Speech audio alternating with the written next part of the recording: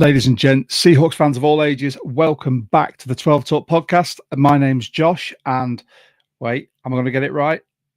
This is my podcasting partner in crime, Mitch. We're in the wrong place, mate. I usually am that side, so it's all confusing. You ruined it there with the pointing. You're doing so well. Started so well. So thank you for joining in today. We are going to review the Seahawks 16-6 win over the Arizona Cardinals. What a win it was. We've got our 12 talking points. We've also got a very special guest, soon to be a member of the Discord and has been a follower of ours on X for a long time, Rich. So we're bringing him on soon. Before I do that, Mitch, how are you doing? You all right? Yeah, really good. Work is nuts at the moment, but we're coming to the end of that, hopefully. And I worked a 70-hour week last week. So outside of doing the pod, I was basically just working and sleeping. But luckily, I managed to finish that week with a Seahawks win and an Arsenal win, as I'm a big Arsenal fan as well. It felt like a nice way to round off that hellish week of work, to be honest with you. Nice. Yeah, what about yourself? You all good?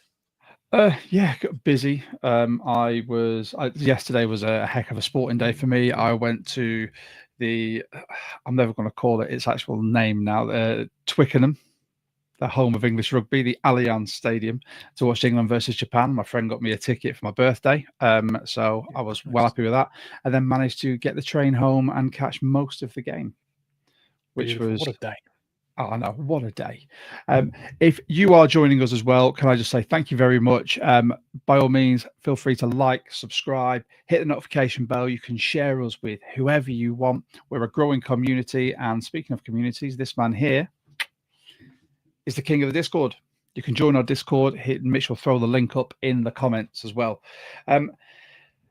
Before we start, let's just give a very quick shout out to the UK Seahawkers. We are their official podcast. We're still very, very honoured to have been asked to become their official podcast. We are both card carrier members. And if you'd like to become a card carrier member, it is £12 for individual membership, £20 for a family of up to 4 in the same address. If you're outside the UK, there's additional £5 for postage. But with the membership, you will get access to social events, 10% discount at the Pro Shop if you go to Seattle to watch a game, chance of winning game day field passes, and members-only competitions as well. There was also a whole host of goodies this year. We got our throwback wristband and patch. We got our RFD card, and then you get your membership card as well. And beautiful, Seahawker of the Month is back. Now, if you're not a member of the UK Seahawks or the German Seahawkers, you might not see these. You will get an inbox from your chapter chairman asking you to vote for the UK Seahawk or the Seahawker of the Month. And there are various facts that go into that. Fundraising, raising awareness of the chapters, anything like that, outreach. So if you are not a member and you want to become a member, by all means, the link will be in the comments down here to get to the Facebook page, and then you can pay through PayPal. But apart from that, Mitch, shall we hit the intro and bring on our very special guest? I can't wait. Let's do it. Beautiful. Let's do it.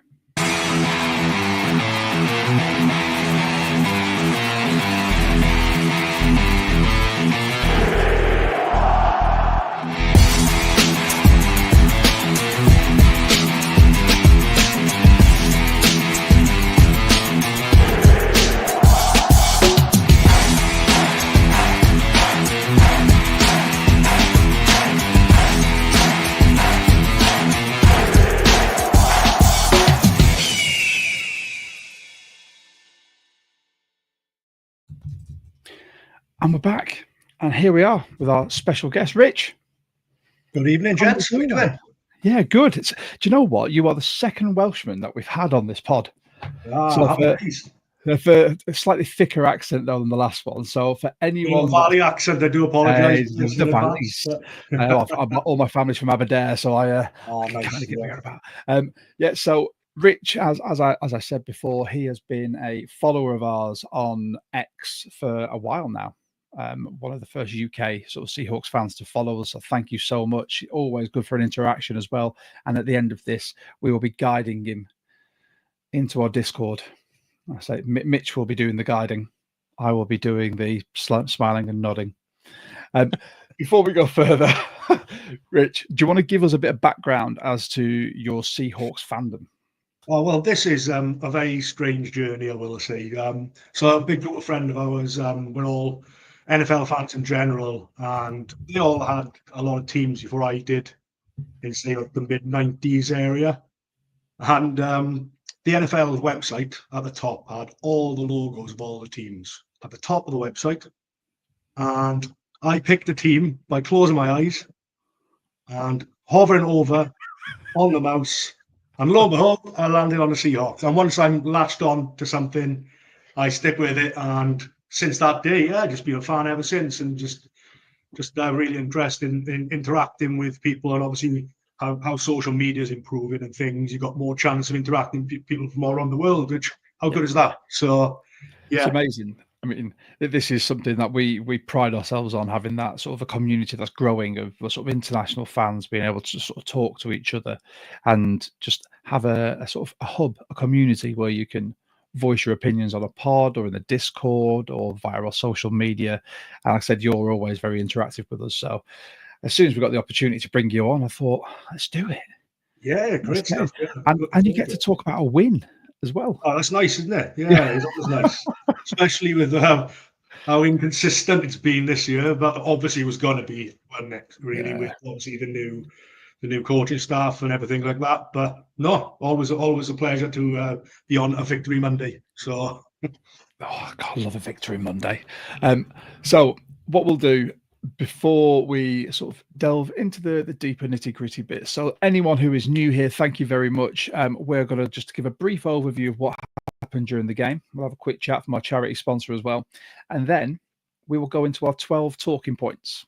So those of you who have never experienced 12 talking points before, each of us, hang on, I'm pointing that way, 1, 2, pick 4 points from the game where we're going to have just 2 observations and then 2 things that we're going to have a discussion about. Any of you guys in the comments, that side, I think it is on YouTube. If you have any questions, Mitch is going to be watching after those comments as well. So if there's any comments or questions that come in that we can discuss, we'll start doing them during as well. And then at the end of it, we have our Discord member musings. So Rich, after this episode, you can join in those every week as well. absolutely. And if anyone else wants to join, you can hit that link that Mitch will pop in there as well. So let's have a look. So the Seahawks took down the other birds in the NFC West, 16 points to 6. Not the most convincing offensive display, but a solid defensive display. And I have a feeling that Mike McDonald was probably smiling all the way home, mainly because he's probably still got lights and other people in the area may not. So, my heart goes out to everyone that may still be without power, because that is absolutely awful. And I hope it does get turned back on soon if it's not there already. But let's have a quick look through the scoring. So it was pretty much a damp squib in that first quarter. There wasn't a lot going on. Then we started to sort of kick into gear in the second with Arizona scoring that field goal from Ryland, and then that beautiful touchdown throw from Gino to JSM, which was converted by Myers with the extra point. And then that was pretty much it from an offensive standpoint, scoring wise anyway. Then we had the Kobe pick six in the third quarter with the beast mode Selly. Extra point was missed by Myers. And in the fourth quarter, a field goal apiece, leaving the scores 16-6. We are going to have a very quick word from the Robbing Cancer Trust, and then we're going to come back with our 12 talking points because we've all picked some slightly different things. So if you guys have got anything you want to add as well, by all means, pop it in the comments and we will be reading those out as soon as we can. I want to take a minute just to introduce you our charity partner for the pod, the Robbing Cancer Trust. The Robbing Cancer Trust is the UK's germ cell cancer community. For those who don't know what germ cell cancer is, that is testicular and ovarian cancer, and the RCT was set up following the family tragedy, which sadly saw them lose their son and brother to germ cell cancer. Germ cell cancer is something that can affect anyone at any time, and the RCT Robbing Cancer Trust do a fantastic job creating awareness through the various campaigns like Talking Bollocks and Not Overreacting. If you or a member of your family have been affected or think you may be affected by it, please visit their website, therobbingcancertrust.org, to see how you can spot the signs, how you can manage it, and become part of the community. And if you'd like to help fundraise or give anything to them, by all means, that would be absolutely fantastic. There you go. So another quick shout to Robbing Cancer Trust there, someone that we are incredibly proud to support on this pod.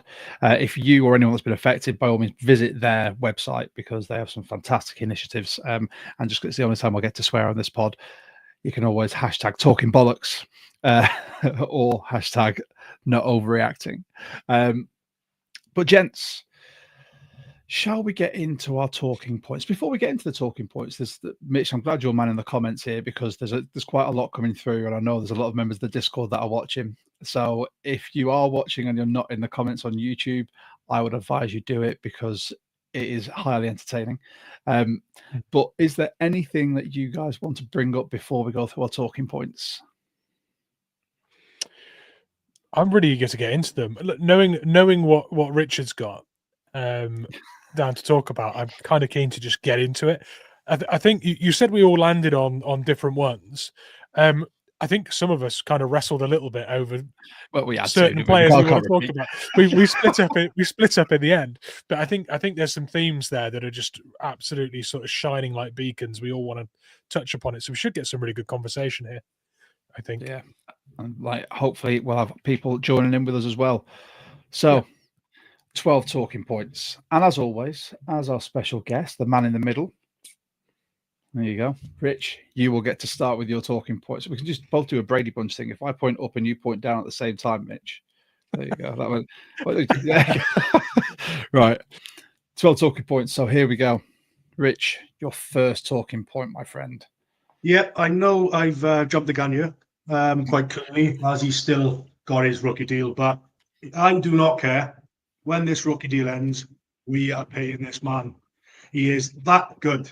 It's simply because what he sees and how he reacts so fast to trouble and his instincts early, he's a difference maker. It's just those little nuances in the game that you've either got that or you haven't. You can't coach this sort of stuff.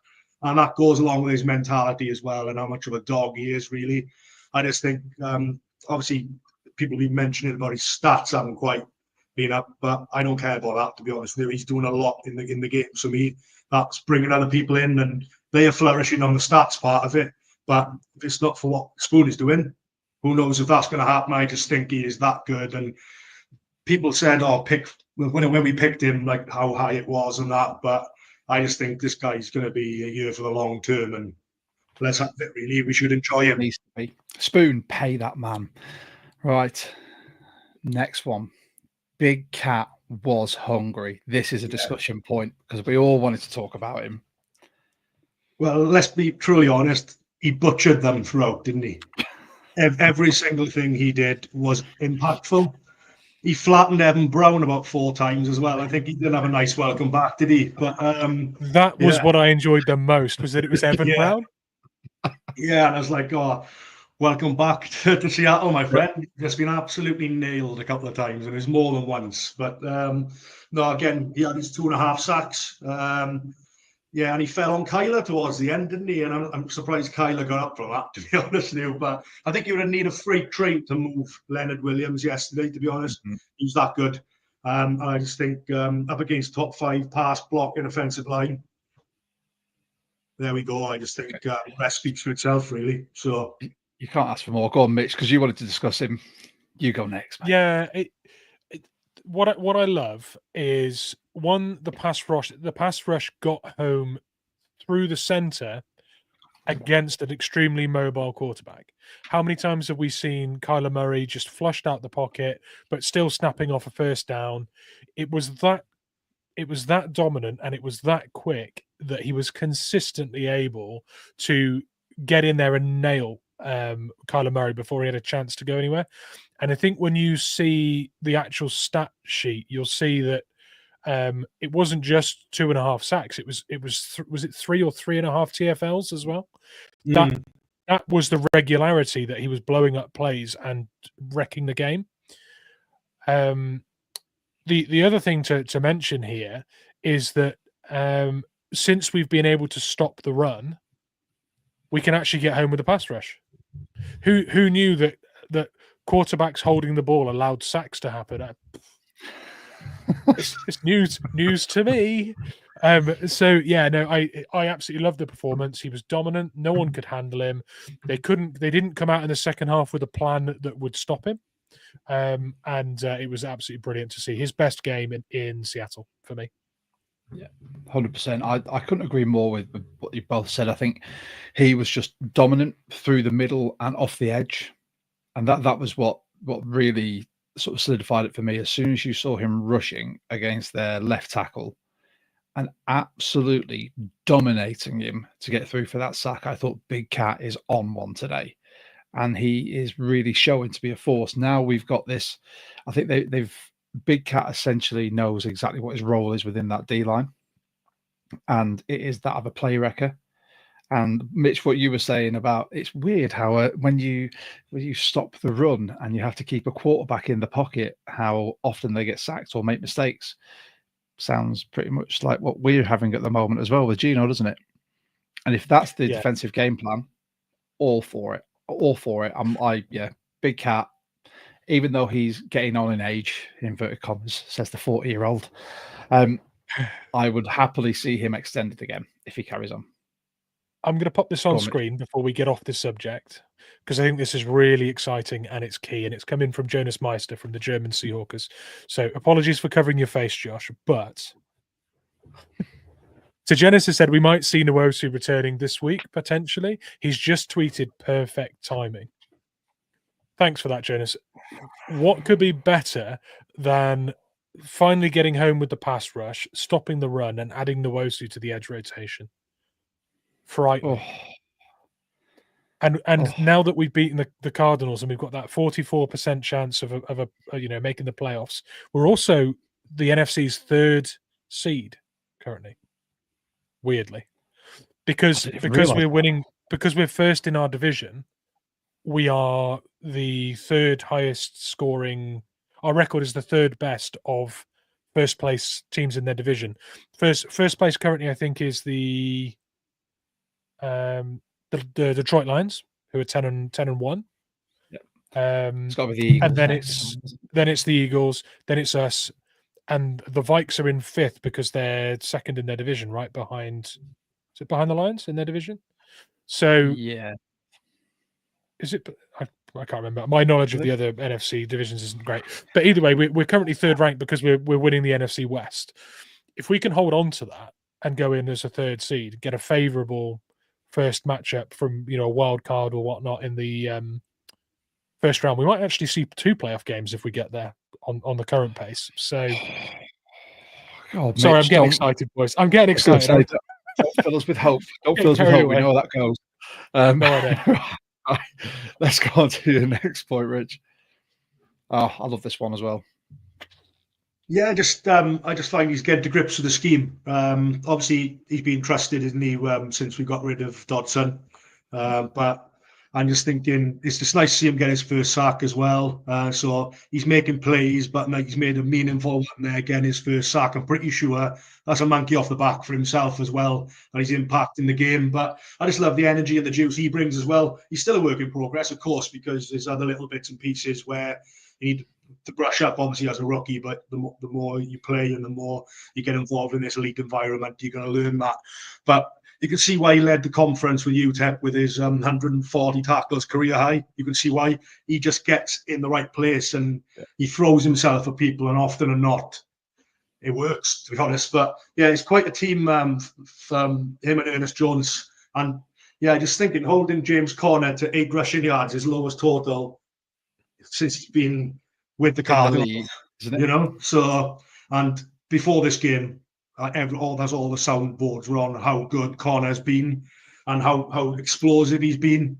And I thought, obviously, Tyrese Knight was a big part of stopping that, really. And look at the scoreboard, that doesn't lie either. So, yeah, I'm just happy with how he's getting on. And I think Mike McDonald, I think he can see he fits into his scheme like a glove, really. And let's hope stays injury free and gets more action as we go on. But yeah, really impressed with him, to be honest, since he's come in. Great. Go on, Mitch. Yeah, for Tyrese Knight, I think since we got Ernest Jones, it's kind of carved out Tyrese Knight's workload. It's kind of said, this is what you're going to get from Ernest Jones every game, every down. He's going to be this, and what's left for Tyrese Knight. It's his workload and what's expected of him has become so much clearer. That I think he's just managing that workload a bit better. And the NFL will slow down for him. It won't be his sort of rookie first year breakneck speed, everything for the entirety of the season. It will slow down for him progressively. But add in the fact that he's now got a teammate that is outstanding and is a real specialist at what he does. Tyrese now knows what he needs to do, and it's coming at him at a slower pace. And I think that's how it's starting to look. He looks in control, and yeah, brilliant. Really good performance from him yesterday. Yeah, agreed. I relied on Mitch a lot when it came to us drafting Tyrese Knight for Mitch to tell me anything about him. And I wasn't super high on it. Oh, apologies. I seem to become a popular person in the evening. I wasn't super high on it. And I think he's proving that Mike Mack can spot a linebacker. And he's using him in this system. I mean, you look at the fact that we jettisoned Dodson and he had that fantastic one-handed INT with Miami. I wish him all the best because I do think he is a classy operator at linebacker, just wasn't a scheme fit. If we've now got Jones and Knight in this system and Mike Mack can do what he needs to do with them to turn them into an absolute force in the middle, I'm all for it. Mike Mack, if you need to draft linebackers in the 4th round or 5th round every single year because you think they're going to be a scheme fit, go on, my son. Have at it. Yeah, I think he, like I said, Rich, he's getting used to the system. He knows what his role is. Like Mitch has said, he's now got this very defined role within that next to EJ, and that's what we want. And there's a big saying in American football circles, just do your job. So where the defense was failing previously because people weren't sure about if their teammate knew their job and they were trying to do 2 things and second guess him, I think this is what we've seen now from the defense. People know their jobs. It's been simplified, it's been refined, and Tyrese Knight is really starting to show that he knows exactly what his role is. And yeah, I'm excited to see his development going forward. So your 4th and final one, the man. Come on, JSN, the hype is real. Yeah, I just feel he's getting trusted a lot more by Gino. He had the team high receptions yesterday. We all seen what he's been doing the last couple of games. It's just to get that 46-yard. Obviously, he went on and then he ended it with getting the touchdown. But I just thought that play in general and that speed he showed. I know they're all the class is quick, but I just think that was deceptively quick to get as far as he did, and he almost got there, but it was a good tackle in fairness. But he's getting trusted a lot more. He's safe pair of hands, very rarely drops the ball, and he makes an impact with every play he seems to have, and he's producing it on a regular basis now. And I think that obviously again, Shane Waldron absolutely stifled him last year. It couldn't have been easy for him, to be honest. Offensive mastermind Shane Waldron, don't you mean? I felt so sorry for him. Imagine coming into the NFL, brilliant, being picked, and then that sort of thing happens. But we're under no illusions with the offense at the moment either. But when we need something, he's making that play. And again, I think that's something that's really, really positive. He's only going to get better. And he's a safe pair of hands. And yeah, long may it continue. Tied in with a stat off the top rope. Tied second for the safest pair of hands in the league since he joined the league. Who's top? Couldn't tell you. I only saw the stat on Twitter that he was tied for the second. It was with a minimum of 80 targets. He was the second safest pair of hands in the league since making debut, which is a great stat because he's had 120 targets in. He's had 120 receptions, I should say, in his first 2 years. So, and also while we're here doing the stats on JSN, this game we just had was the game where he surpassed statistically last year's overall total. He's now got more receptions than he had last year, and he's got more yards than he had last year. And we're 5 games short of the 17 games he played last year. So he's on target for over 1,100 yards this season if it carries on the same production. How good would that be? Only 6 touchdowns, but you know what? I'd take it. If you think wide receiver 3, by the way. Yeah, I think our forecast before the season started, Mitch, of him overtaking Lockett as wide receiver 2 has come to fruition. Grubb seems to love him. Yeah. And he's taking a shine to him, isn't he, Grubb? Let's be honest, he's taking a shine to him, and obviously DK as well. But Tyler's taking a little bit of a back seat, but what an option to have as well, as we know. Exactly. It's all over the years, but yeah, JSN, I think he's starting to creep up a little bit, and it's all going to benefit us guys, I think, because again, what a joy to watch. That's it. So fantasy owners, next year, he's going to be a high draft pick if he carries on like this. Mitch, shall we go into your talking points, sir? Yes, let's do that. What have we got first? Kobe the glue. Yeah. The glue. And I don't mean, this isn't a reference to sticky coverage and whatnot. This is a reference to gluing the D-line to the back end. I feel like we've got a guy in Kobe that can mix it with tight ends in coverage. We've got a guy who is a willing support in defending the run. He's always had superb ball hawking instincts, as we saw in his college days, and just playmaking ability with the peanut punches in his debut year. These big sort of defensive moments that he's had repeatedly over the last 4 games.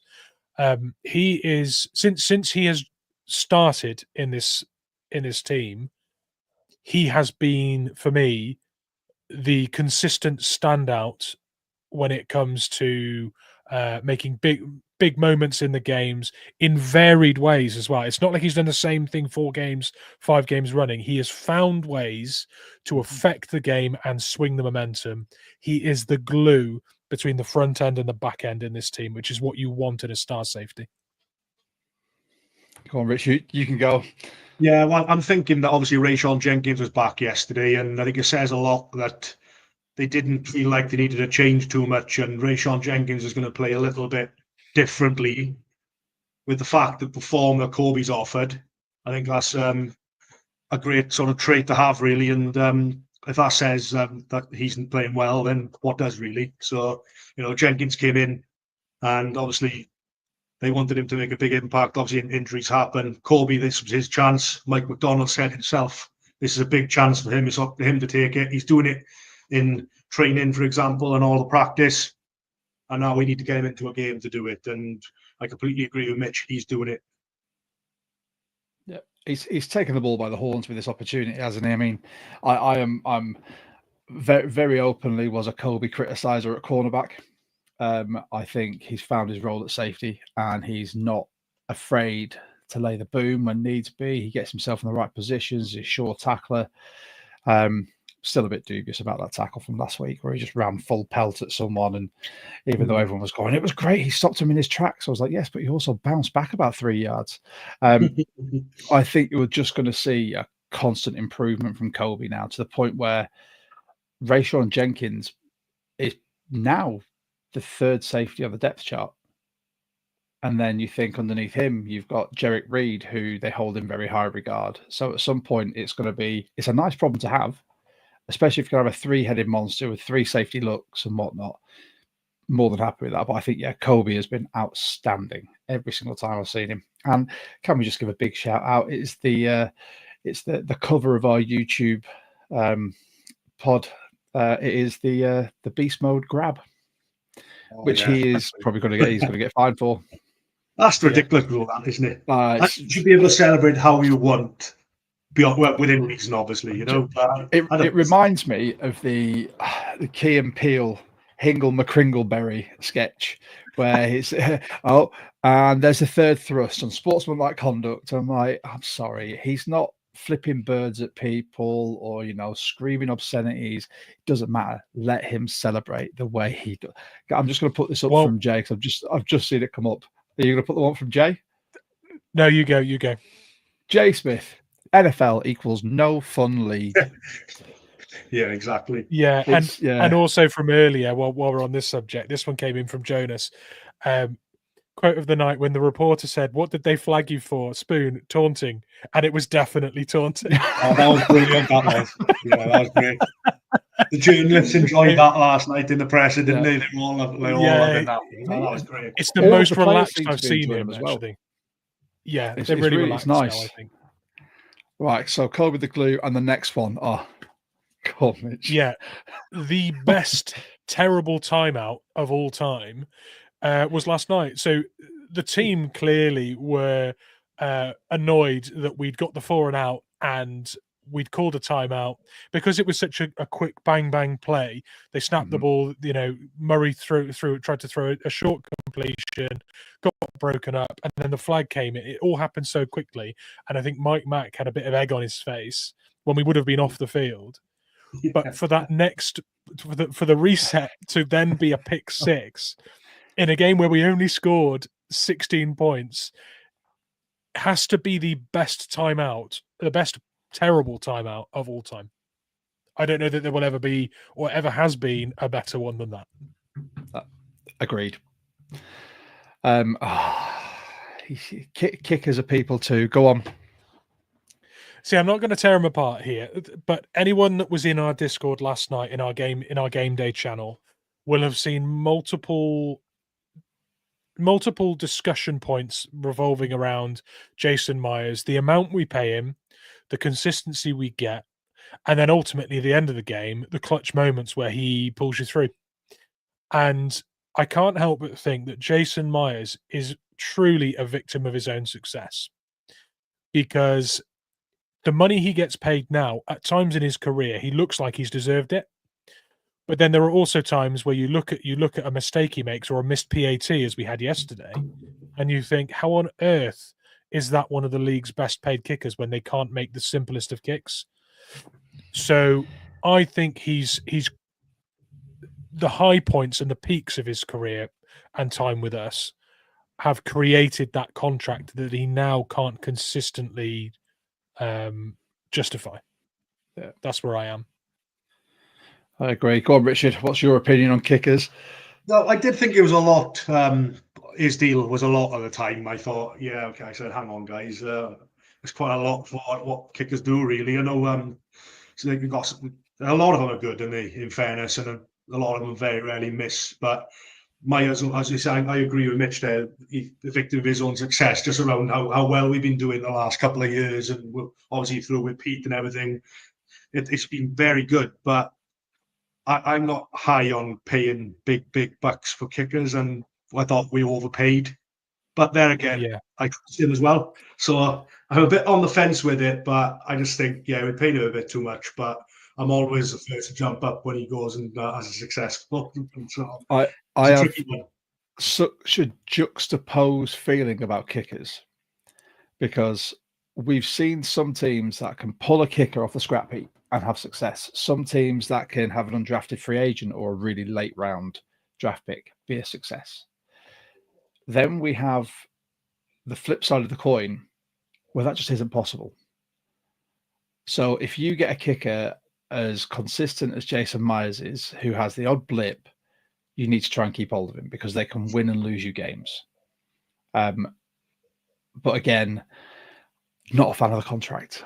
It's a lot for a kicker. And I understand that. And for anyone who's ever kicked an egg-shaped ball between a pair of posts, the pressure that's on you is unreal, because even though there is, in American football, let's say, you've got your O-line, you've got long slapper, you've got the holder.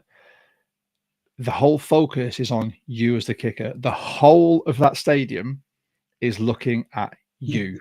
So psychologically, you have to have a mind made of stone. So if you can get a good one, keep them. However, maybe don't keep them for as much as we've paid Jason Myers. I think the other thing here is that the floor for a kicker that you draft or pick up seems to have risen dramatically over the years.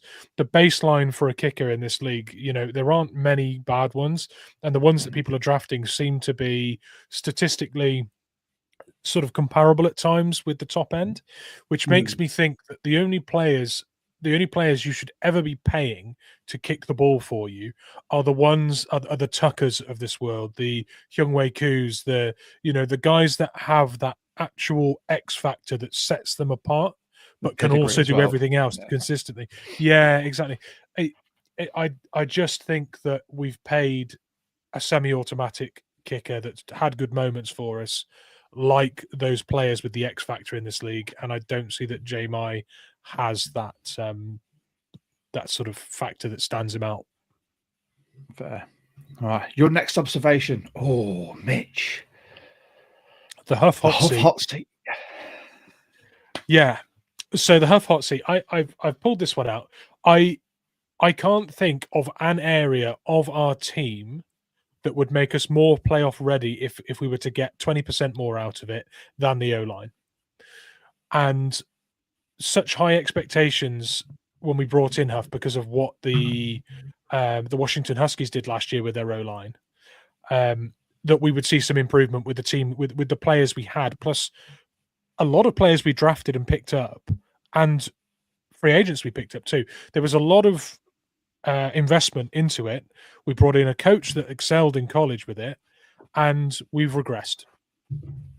That for me has put Huff as a first-time NFL coach on a hot seat, and it's the most obvious. If I was to tell you for me the most obvious coaching change to take place over the off season, right now it has to be Huff. I'm rooting around for a pen. I need to timestamp this so I can make this into a little short to send to people like I did with the one last week. But there we go. So we lasted 30. We lasted about 35 minutes into this pod before we started speaking about O-line like that. And it wasn't even the O-line itself, it was the coach. So, well done. High fives, everyone. There you go. You can tell what happens when we win 2 games. We don't have to talk about the O-line all the time. All right, it's my go. The D is coming together. So this is just a quick observation from me, and it's proven by the fact we did not let in a single touchdown. They were relegated to purely field goals.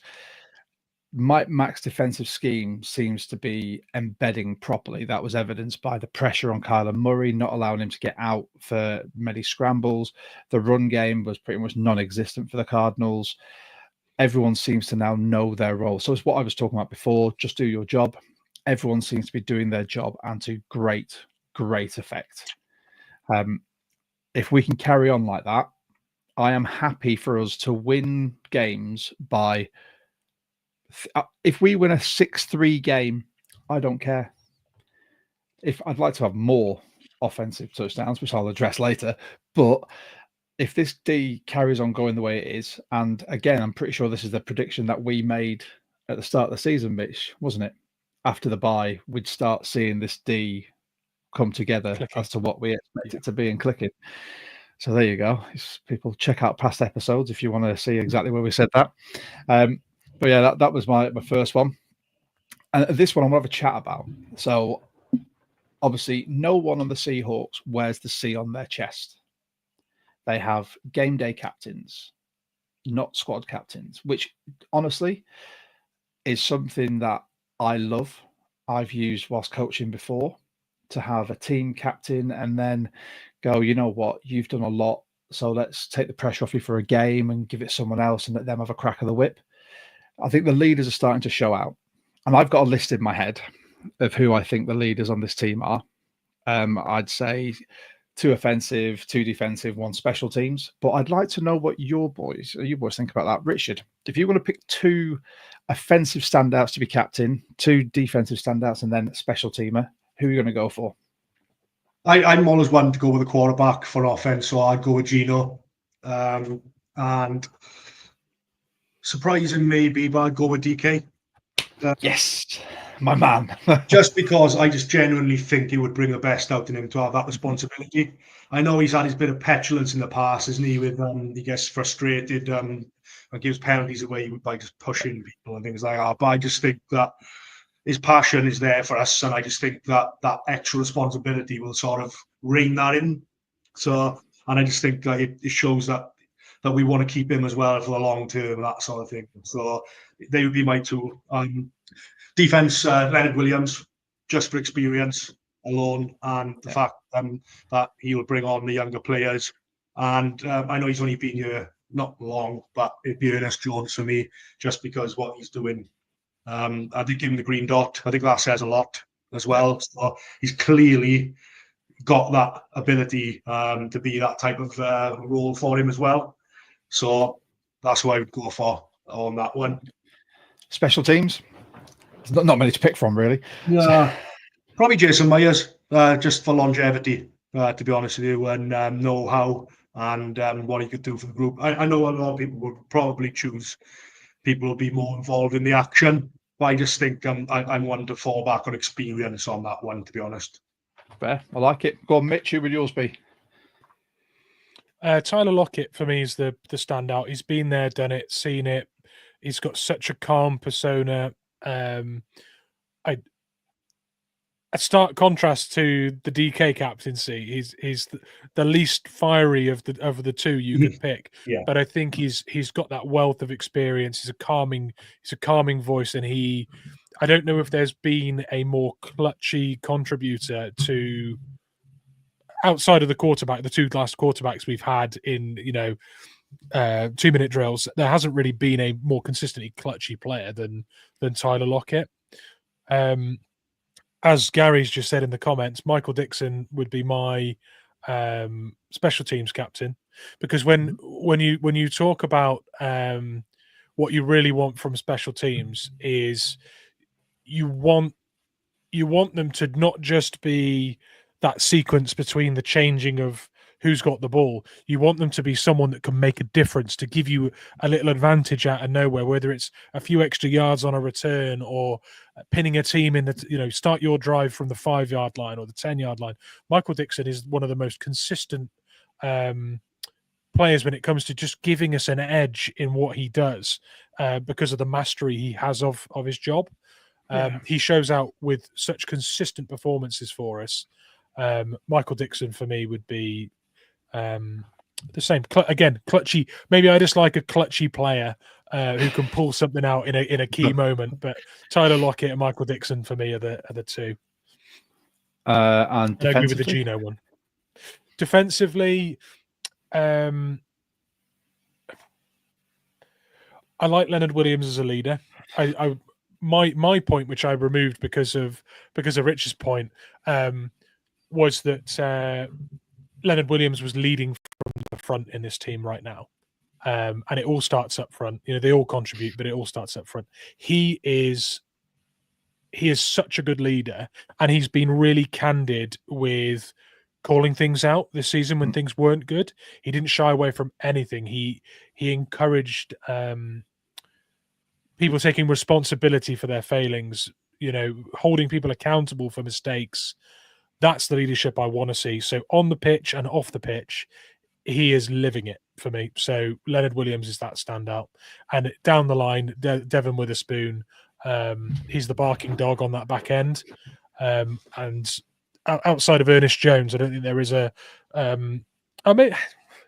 maybe I've done Julian Love dirty there. Maybe I think you have.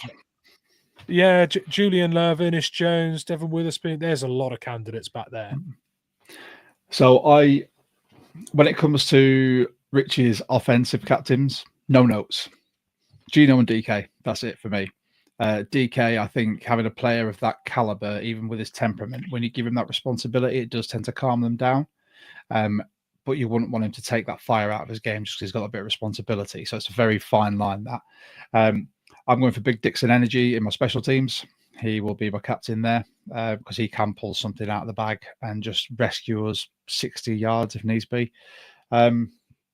Defense, Leonard Williams. If anyone's caught his press conference where he was talking about the leaders having a meeting to talk about what they want going forward and what's been going wrong and how to rectify it, that I can guarantee that's probably the type of man that's called that meeting unprompted, because he doesn't want to lose. He doesn't want to be showing up. He just wants to win with this team, and he loves Seattle, so he wants to see this team succeed.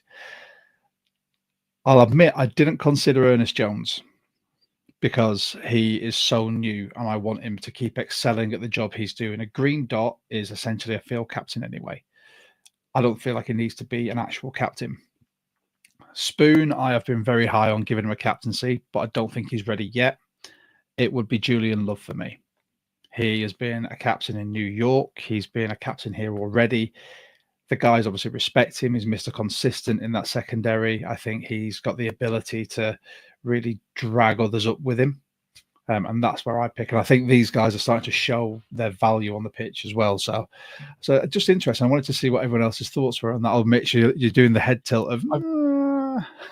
yeah, sorry, that's my hint. I just want to check one little parting shot in there. One big special mention, and you'll roll your eyes when you hear the name I throw out here on offense. As a special mention for future leadership roles in this team, AJ Barner. I really enjoy it. I've really enjoyed watching him recently. I think he's for a 4th round draft pick. I think he's showing more than what people expected. I agree. Thrust into the limelight. Completely agree. Brilliant. Listen to him talk in some of his first interviews when he joined the team. When you hear about his ambition and what he wants to do, so much of it, he just talks like a leader, and it's that kind of attitude that will take you to the very top of the NFL. You know, if you've got that kind of drive to succeed and improve and bring other people with you, you'll do brilliantly in this league, and he has that in spades. So, yeah, he's a winner. Yeah, I agree. I mean, we've got obviously Gary in the comments. He's got Gino for offense. Defense, he's got Ernest Jones. And then special teams, Michael Dixon, or as he also says, Mr. Consistent. And then I don't know if Jay was just agreeing with us, Michael Dixon. If you're watching and you watch this after the live, but you'd like to let us know what your opinions are on who you think should be or is a leader on this team, by all means, pop it in the comments, because we'd love to hear about it as well, because everyone's got a different view on leadership, whether it's a steady hand and and an experienced head to lead people, or you want a team that's going to be based on fire and grit, in which case you go sort of the DK Witherspoon route and whatnot. So just the fascinating conversations I have with people. It really gives you an insight into someone's mind. So I'm glad we're all three of us are on kind of the same wavelength anyway. Right, my next one. Offense still has work to do. And I'll open this one up to conversation. My last one will just be a point, because I'm kind of contradicting what I've said here. Barring what I'll talk about next, this offense still has massive issues getting into the end zone. Massive issues. The play with JSN scoring his touchdown, I thought was fantastic. I part of me was a bit worried that we'd end up going, JSN's done all that work to get us all the way up there. Let's try and give it someone else to score a touchdown. But he was wide open, took that fantastically. Over the whole season, barring probably the first 3 games, we have showed such an inconsistency and inability to convert in the red zone that it frustrates me, especially the running game. Because when you've got a Ken Walker and to an extent Zach Charbonnet, I know he's got a lot of critics, and I defended him on X last night through our account. We just don't seem to be getting it done, and it really irks me. Really irks me. Well, Richard, what are your thoughts on our offense at the moment? It absolutely infuriates me, that run game in the red zone as well, to be honest. The amount of times just screaming and thinking, come on, guys.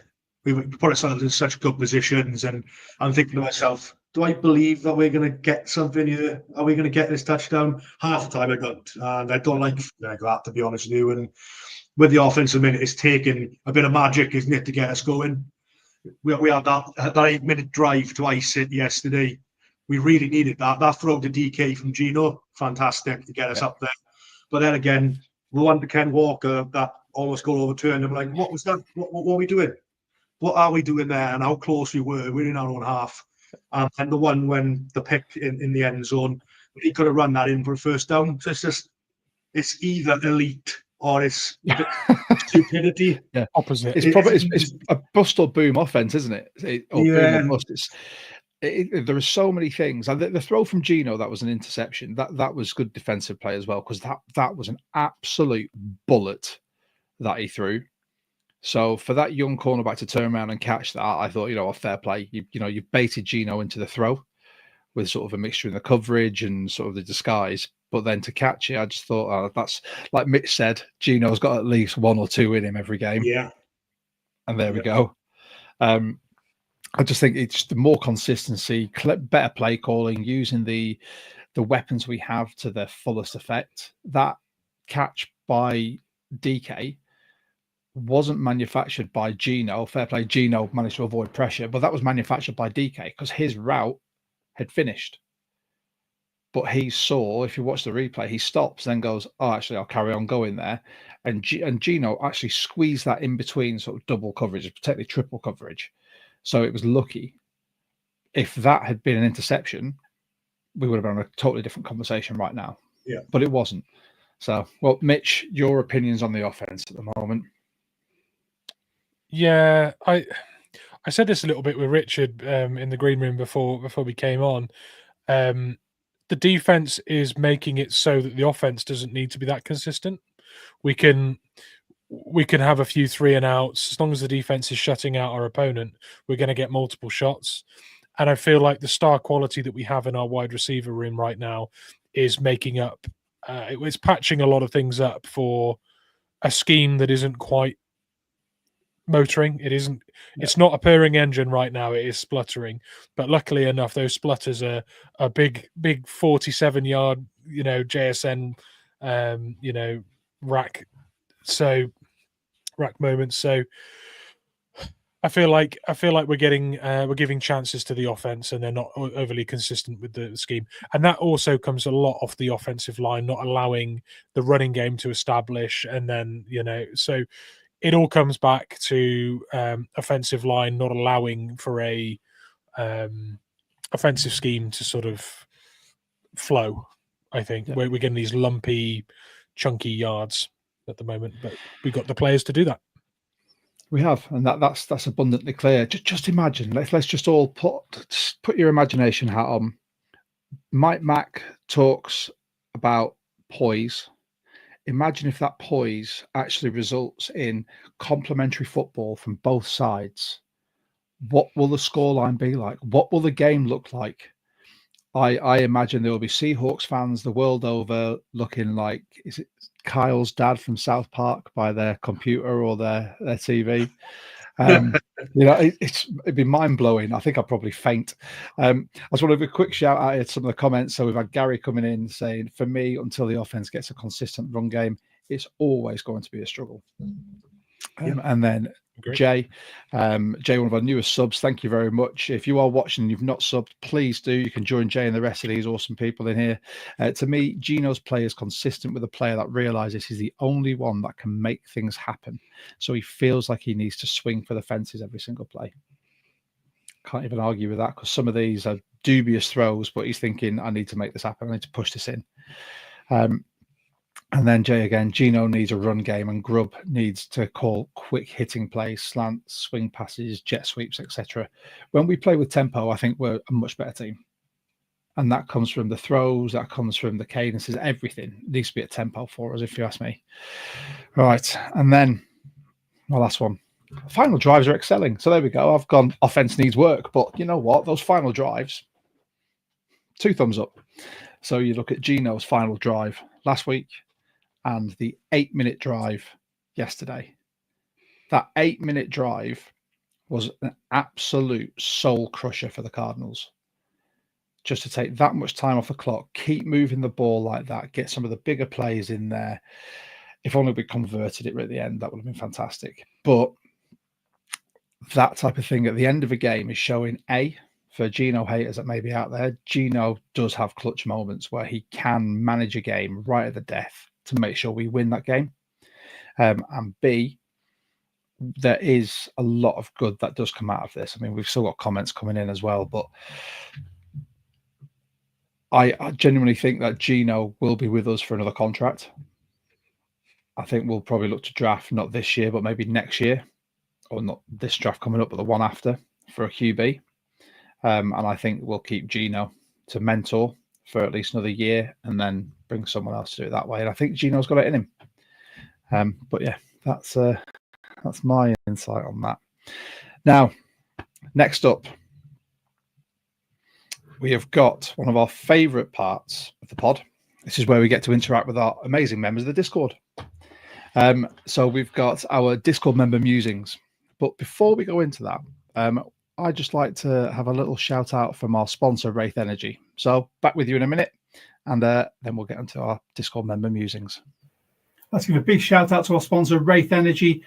Wraith is a sugar-free energy drink that comes in these handy-dandy little sachets that you've not got to take in a huge can away with you. Simply mix it with half a litre of water, give it a good shake, and you are ready to go. It is sugar-free. It has all the benefits of pretty much every energy drink you'll have, apart from the fact it doesn't cost you a fortune. And they're very, very honest with what they have in there. You have taurine, caffeine, multiple vitamins, no sugar. And for any of you who try sugar-free energy drinks, usually you'll know they're not the best. Wraith, however, I have tried the majority of the flavors now, and I love every single one. If you want to try Wraith, go to wraithEnergy.com, and when you're going to check out, use code 12TALK for 10% off. You'll thank us later. Go Hawks. There we go. Big shout out to Wraith. I've got one of my sachets here at my desk, ready for when I need it at work. And which flavour have you got there, Josh? Which flavour was that? This is Battle Gum. Oh. I get the, because I'm too indecisive. I can't just stick with one flavour. So I get all the tester you get pack. The pack of all the sachets, don't you? All the different ones. Yeah. I've got the voodoo. I've got the voodoo grape, and I like it that much. I've got a tub at work, and I've got a tub at home. I like the flavour that much. I don't want to forget to take it to work, so I'm taking it in. Never without it. I've started speaking to lads at the rugby club about it as a sort of pre-workout and whatever else. I think it's brilliant. So big shout out to Ray. Thank you very much. There you go. That is our sponsored ad. But now let's get on to our favourite part, our Discord member musings. No. We need to record. We need to record an actual. I'll get onto Slim Jennings. I'll be like, Slim, you've done our intro and outro music. Could you do us some jingles as well?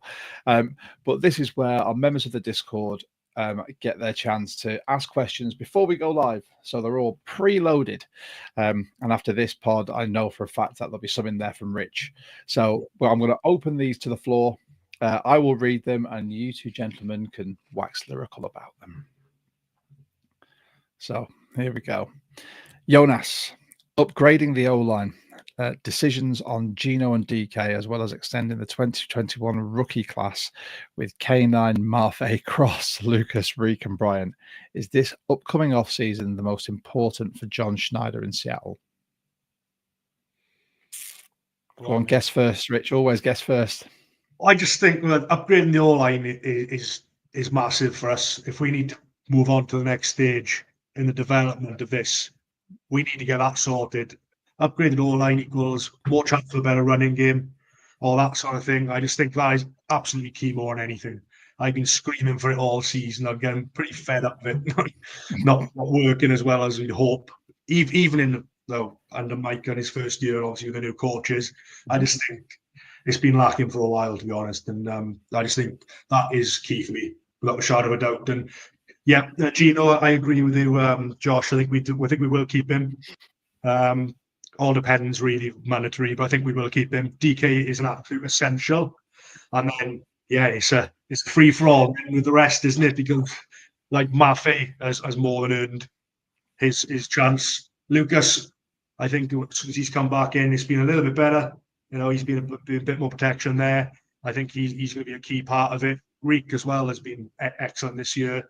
Kobe Bryant's coming back in, and as Mitch said, is doing well. And then K9, he's RB1. So there's some big decisions to be made for sure.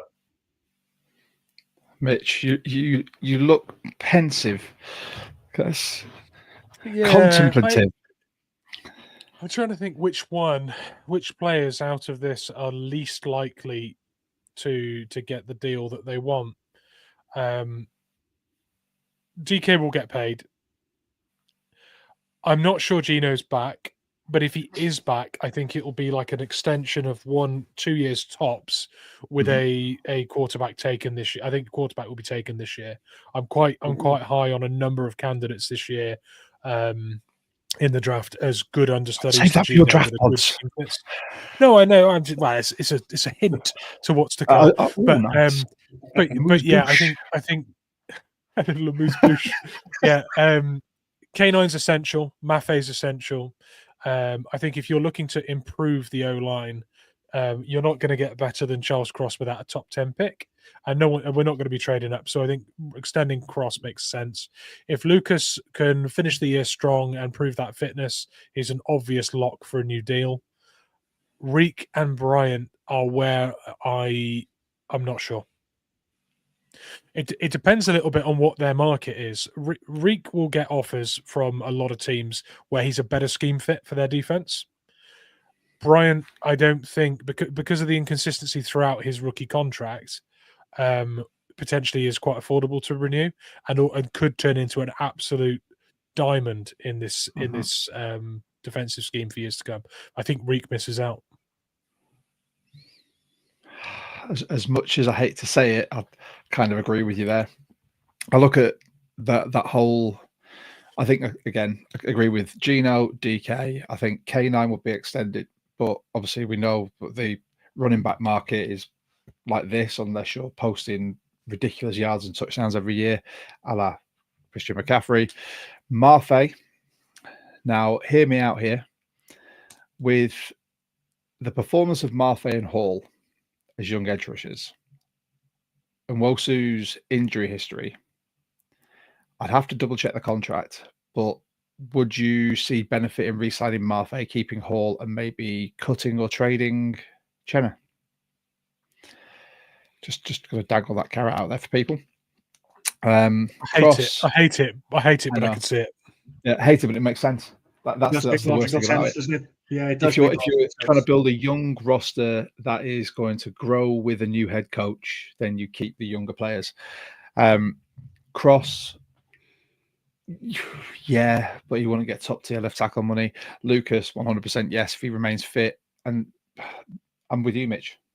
Bryant, I think he's not going to command top tier money, so he could be a nice re-sign for us who will excel in a system like this. Reek, as much as we all love him, don't know if he'll stay. Right, let's move on to Gary. Would you agree Mike McDonald looks to have turned the corner and this team is heading in the right direction, even if they don't make the playoffs? I'll tag on the last bit as well. The O-line's playing better, but there's still a problem getting a consistent run game. Should it be a priority to address interior in the off-season? Guess first. I think I've looked to turn the corner. To be honest, expectations. I think either way, it was a one-game win or loss record. Either way, depending on how it would go. But yeah, this season I think was a case. Obviously, it's big changes everywhere across the board. So I was always how well he did with the Ravens. I was interested to see how he's going to step up with us, and I can see look, the defense has a plan there, but people need to fit his scheme for this to work. Yeah. Like versatility in aspects is there where we need it, but other areas there's specific players that are needed. So I think he's finding the balance on that bit. If we don't make the playoffs, yeah, it'll be disappointing, but there's other aspects with this that I can say, hang on, this has been a good start of the 10, and let's roll on next season. Let's see how we can kick on and progress. And invest in the interior O-line. Yeah, you got me on my views on that. Although John Schneider won't, because he doesn't see value in it. I think he's the only person, isn't he, out of anyone associated with the Seattle Seahawks who's got that opinion. And it's like, come on, John. Come on. I imagine Gino walking past him in like the corridor, just staring at him after he's been sacked from like a nose tackle like twice in a game. Just like, no interior O-line. They're not worth the money, are they not? Go on, Mitch. Yeah, on that subject there, if we weren't paying tight ends, I'd be okay with it because we don't bloody use them anyway. We haven't got an option but to use a left and right guard. So pay those guys. Don't like if we hadn't have signed Fant, but we picked up Brown, drafted Ejibana, and maybe took a late round or UDFA, or we were using Mabry or Brady. Who's the other one? Brady Russell. Yeah. If our tight end room was Brown, Barner, and Brady Russell right now, and we'd spent that money we spent on Fant on an interior lineman that was making a difference right now, I'd have loved that move because I'd have said, okay, well we've not progressed with our usage of tight ends, but we've solidified the O line enough for our running game to be consistent. That annoys me because we spent the money on the tight ends and we still got a rubbish O line. So, you know the worst thing as well? If we hadn't signed Fant and that would have been our tight end room, the stats still would have been near enough identical to what they are now with Fant, even though Fant's out injured. Thanks for that. Sorry, I didn't want to sort of stick that in and twist, Mitch, but that's no, but that doesn't make me feel any better because it just confirms the fact that we paid the wrong position. But we've been doing that for years, aka Jamal Adams. So let's not get into that can of worms. Let's gloss over that. Yeah, for sure. And in terms of turning the corner, I think defensively we've put it on tape now. At the beginning of the year, we slumped and we got back to it. I feel like we turned the corner in some ways there because we've shown, or Mike Mack's shown that he can identify what's going wrong and fix it. That makes me happy because for the longest time under Pete, we kept putting plasters on it and reinventing it, and it didn't work, and it was infuriating. The bend don't break era with Ken Norton and things as well. When looking at this defense and then comparing it to that, I can say that I'm really happy with the progress. Yeah, offensively, not there yet. That bend don't break thing. We've had that conversation on the pod before, where I've reiterated the fact that regardless of how much you bend something, a ruler, if you bend it enough, it will break, and it will break multiple times. So it's a ridiculous amount. Yeah. Shatterproof my ass. But yeah, it's just like I don't get that. I think we have turned a corner, but can I just remind everyone this is 2 games after the bye week where we've done well. Don't be like, that's it, we're going to the playoffs, we're going to be amazing going forward, because we know that's not the case in football. We may feel we turn the corner, but there are other teams out there that may do as well. We're about to go up against the Jets, and even though the Jets aren't great, they still have Aaron Rodgers on there, they still have Garrett Wilson, they've got Devontae Adams, they've Breece Hall. This is endless. They could turn a corner as well. They could decide to play. And then what are we going to be having a conversation about next week? With regards to the O-line, I think I don't need to really make my feelings known on that because I discuss it every single week. Jonas here, Gino is fearless in good and bad ways, leading a long fourth quarter drive and set up the Myers field goal after throwing another boneheaded pick. How does he clean that up without losing his killer instinct? Well, I'll tell you what, you've just summed up exactly what I think of the man, to be honest, in that sentence. It was exactly it. But look, what he did out in San Francisco and what he did to ice the game, that is, you've got that or you haven't, haven't you? And again, that stupidity is there on times as well. But how to clean it up is a very difficult thing, really, isn't it? Because you cannot change the way he is. You can't try and sort of dilute the way he plays, because I think it'd be completely different. I think he'd go downhill that way. So I think we're going to have to take the rough for the smooth at the moment, as in that scenario. As Mitch said, he's got two interceptions in him, I think. But with these last couple of games, he's shown that he is doing things for us as well, which is really helping us win games. So. But he's fearless, if good in a bad way, is spot on, is how I would describe him as well, to be honest. So, agreed. Yeah, at times he reminds me of RoboCop. It's like he's got some kind of aiming system in his helmet, and he fits the ball into these ridiculously tight windows. And you look at it and you think that I don't even see Mahomes doing that at times. Like DK's in triple coverage and he puts it only where DK can get it. You look at it and you think we have an outrageously good quarterback. and then you see these boneheaded plays, and you know what has happened.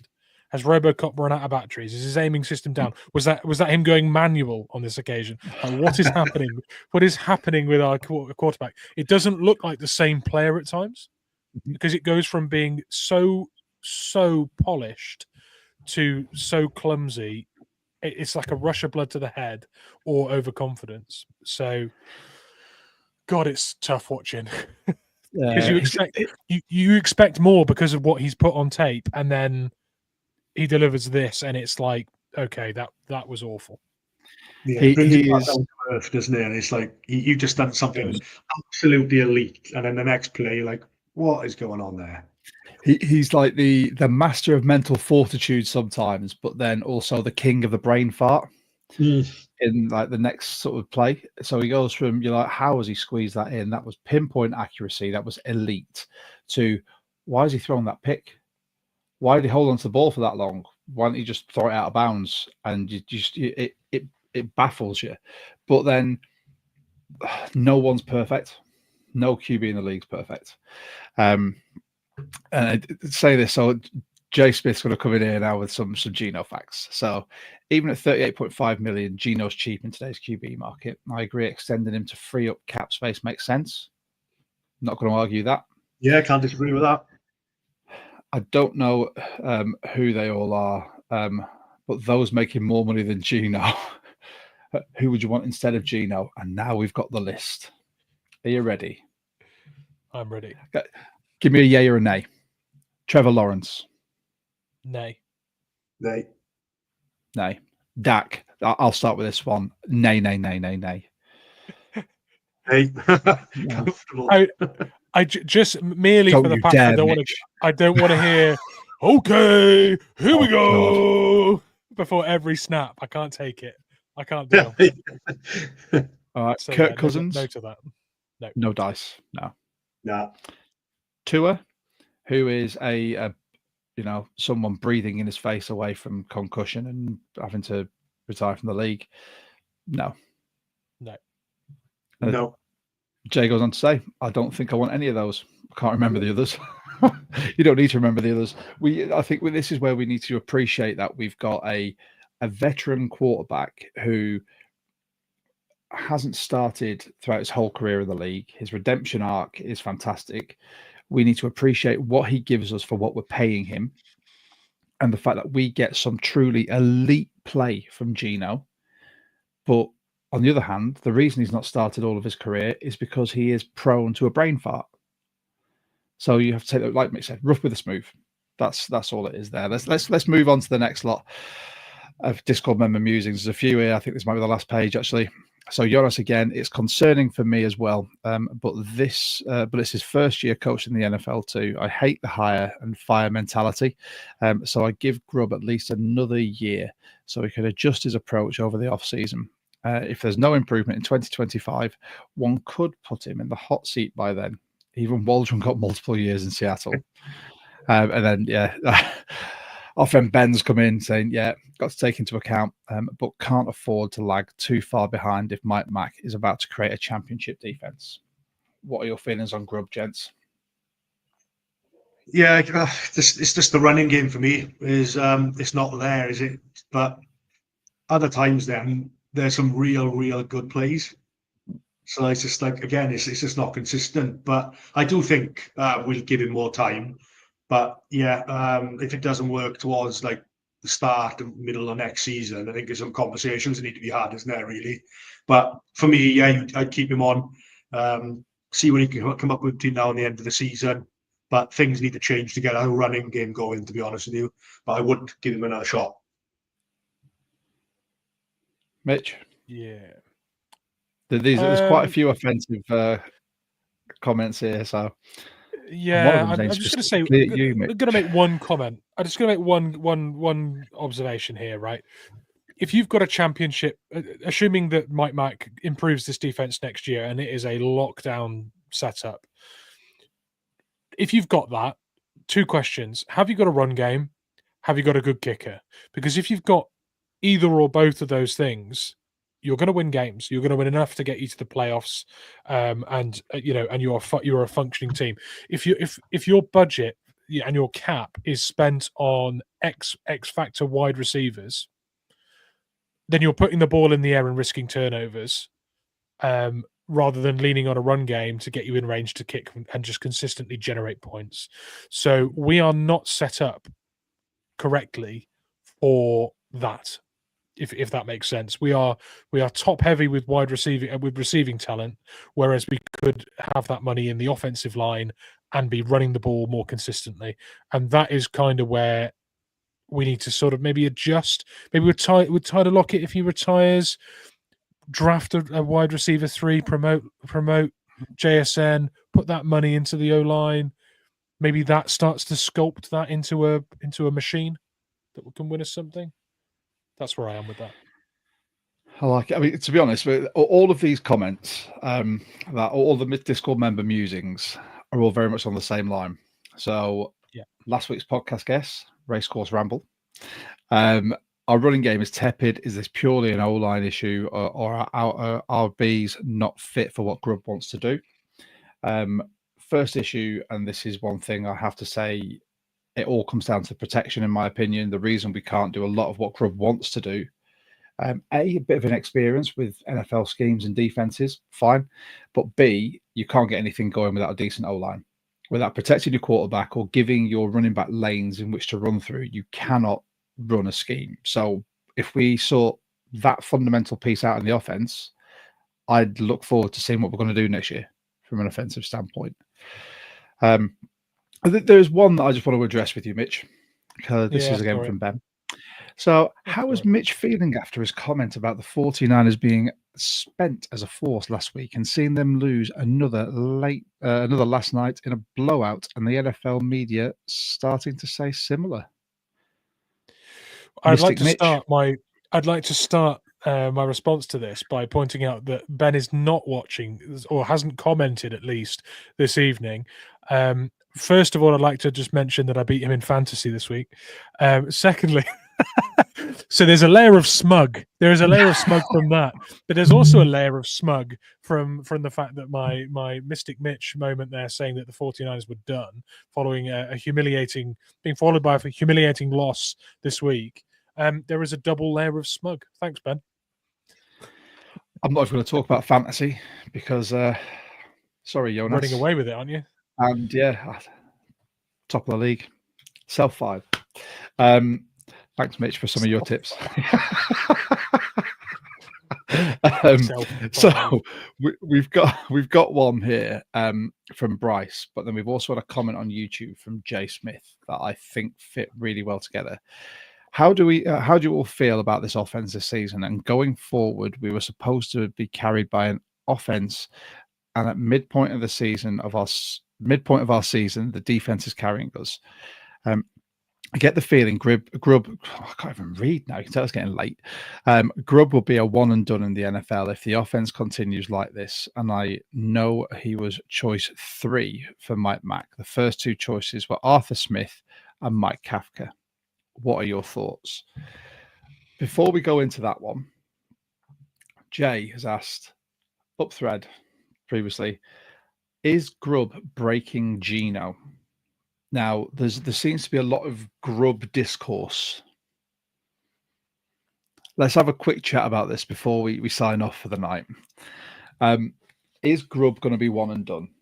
I think we addressed that before. I think he's going to get another year.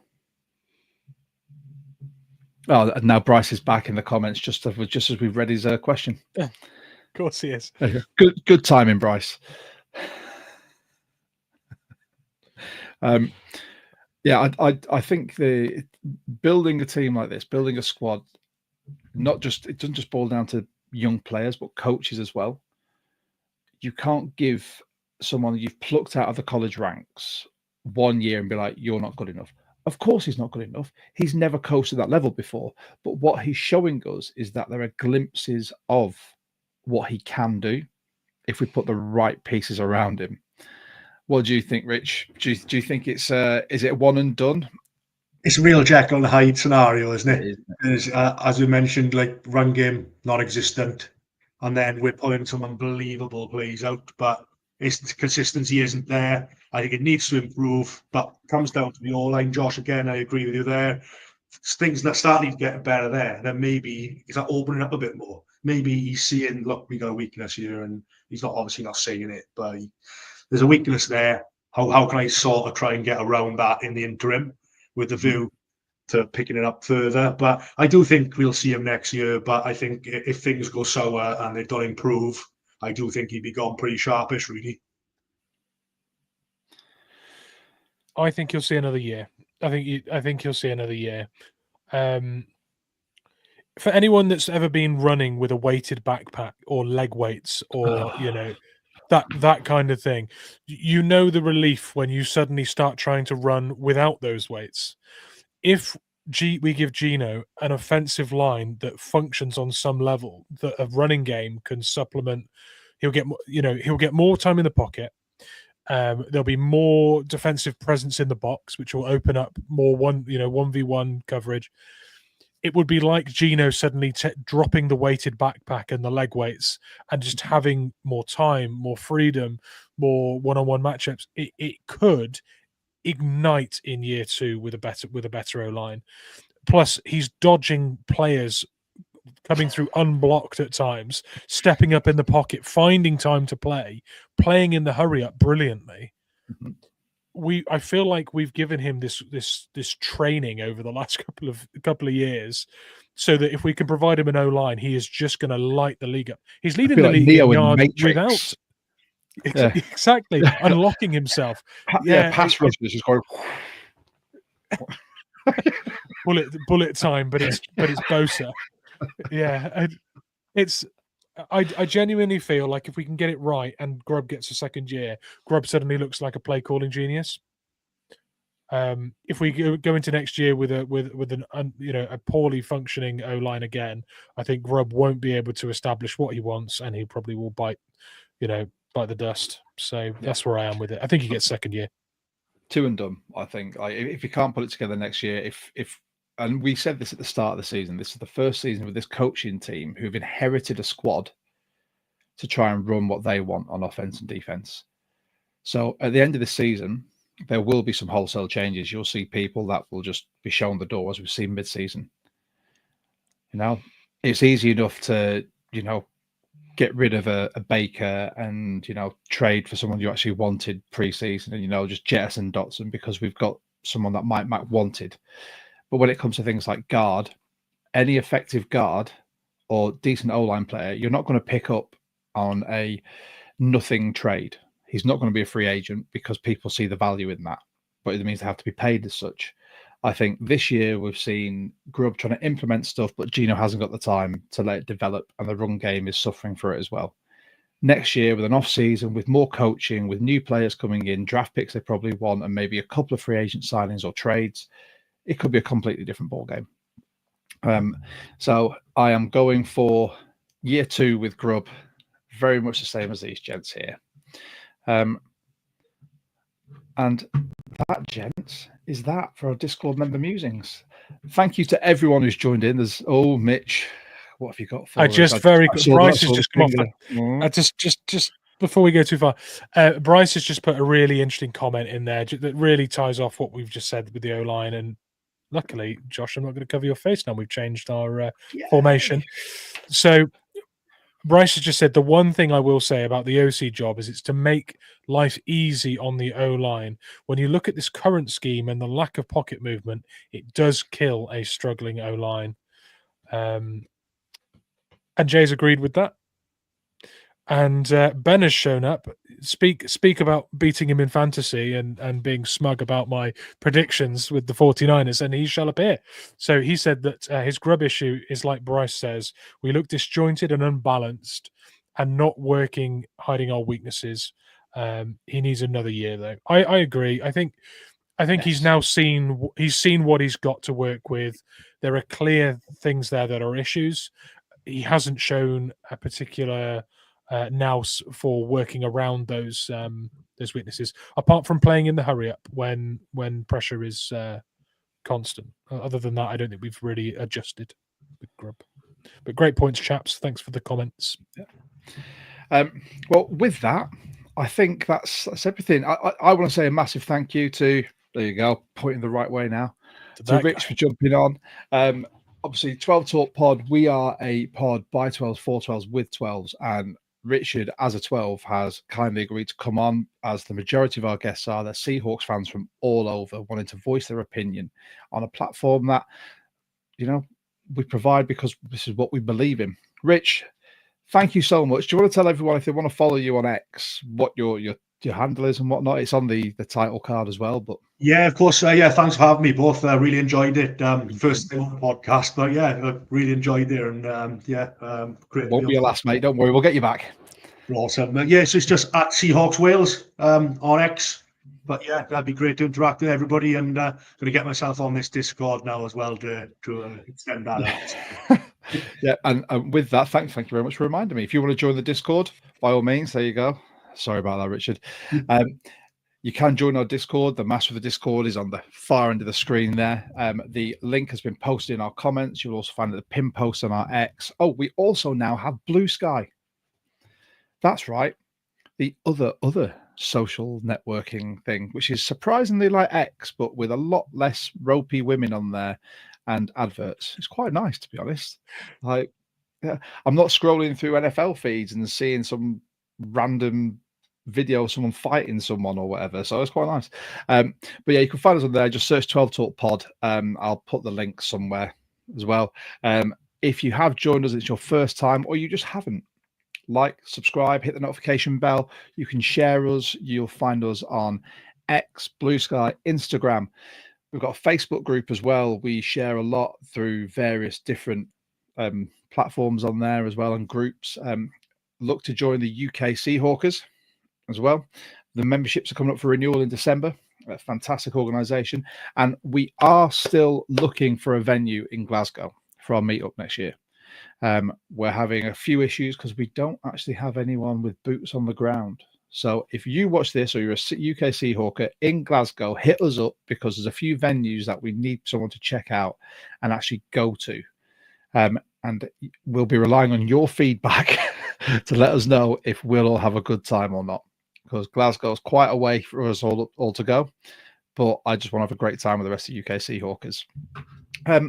With that, gentlemen, Rich, thank you once again for coming on. Absolute pleasure. Mitch, my podcasting partner in crime. It is always a pleasure to pod with you. To everyone who's joined us, thank you so much. We always appreciate it. Make sure you check out our Discord and give us a like and subscribe. Really helps the channel grow and gets us out there to more 12s.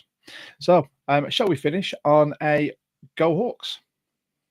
Go Hawks. Nice. Well done, everyone. Thank you so much. And we will see you after the Jets game next week.